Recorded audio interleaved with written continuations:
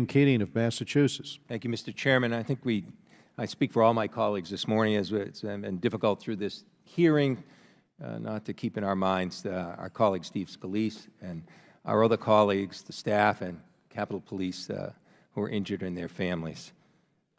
And I want to thank you, Mr. Secretary, for your willingness to serve your country.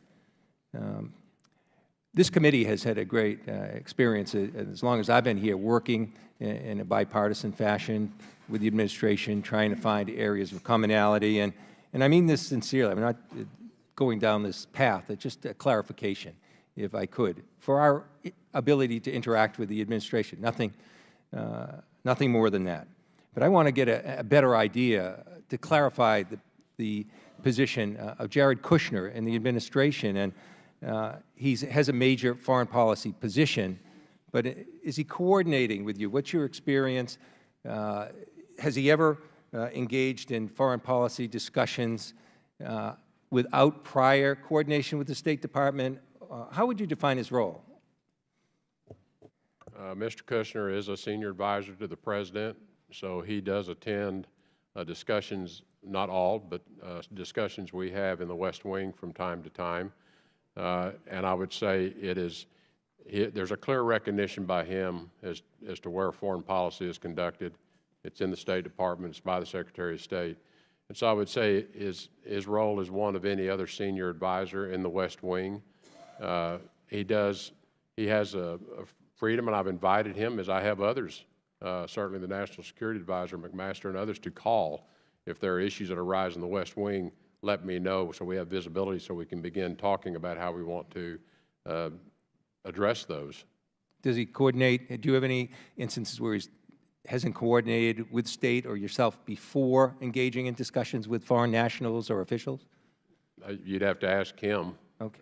As to whether he has. All right. Thank you. Thank you, Mr. Secretary. You spoke earlier about the working relationship with China in terms of North Korea. And there have been positive steps. And I want to congratulate you on your work in that regard. But one of my concerns is the fact that as China might move away from trade opportunities to try and pressure North Korea, Russia seems to be creeping in with those, replacing that vacuum with their own trade opportunities and other interactions with North Korea. Have you addressed this to Russia?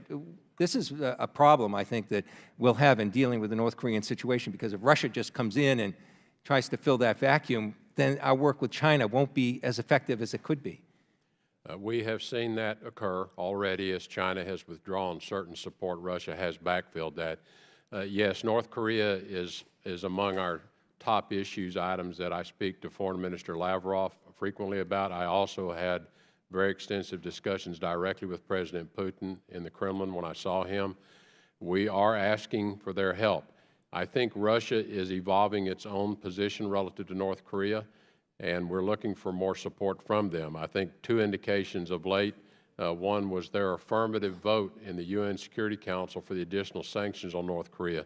Typically, at best, the Russians would abstain.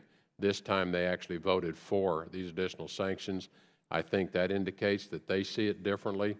They have also made their own public statements that they see these activities by North Korea as being a threat now to Russia. Yeah. And so that is part of our dialogue with the neighborhood is, look, this is not just a threat about us. This can become a threat about you as well. Good. Well, thank you, Mr. Secretary. I'll yield back.